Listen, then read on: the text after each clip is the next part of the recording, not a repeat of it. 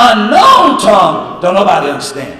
Oh, y'all better hear me now. Y'all better hear the Bible. We're going to read it because I don't want you to think I'm making it up. So what we do is we get confused with other tongues and unknown tongues and diverse tongues. The Bible talks about at least 4 sets of tongues that God will just drop in your spirit. What makes it supernatural is you don't know what happened. All you know is the next thing you're doing, you holler, Shata. Oh, Tabalabosi. All you know is you building yourself up. You getting bolder and bolder in the things of God. But watch what Paul does here. He specifies, speaking unto men to edification and exhortation and to comfort. Goes on verse 4. Up here I say, listen, don't worry about what I'm saying in tongues, because I ain't preaching in tongues. I'm speaking in tongues.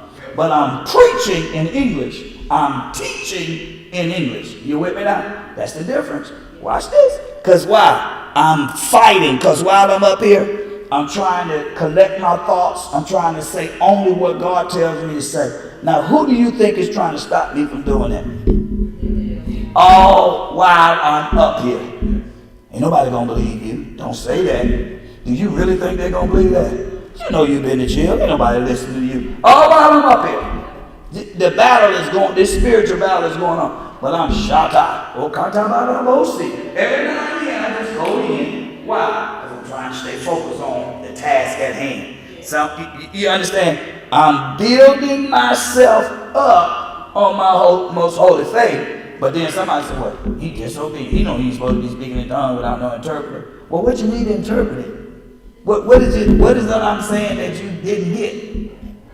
What is it that you need an interpretation of? Be holy. That's pretty clear. Stop fornicating. You don't want me to speak in tongues? All right, well, let me speak. You're going to hell if you don't get saved. Do you really want to hear that? I think you'd rather hear Shata. Oh, go to 1 Corinthians, and I'm done. So, let me sum it up before we get here. Let's go to 1 Corinthians chapter 2. Let me sum it up this way. Speaking in tongues in church without an interpreter is not forbidden, nor is it out of order. If you are doing it for the purpose of building yourself up, or you're doing it for the purpose of edifying yourself, or if you're doing it for the purpose of magnifying God. Okay? You with me so far? All right. But if you're doing it, if you're speaking in tongues without an interpreter, and you're preaching a message or teaching a message, you not only should you not do it, you're out of order. It's to build up, it's to feed, it's to edify, to give people knowledge and understanding of the word. Not for you to stand there and act like and look like you know it more than anybody else, or you so important. That's not the purpose for this. You with me now?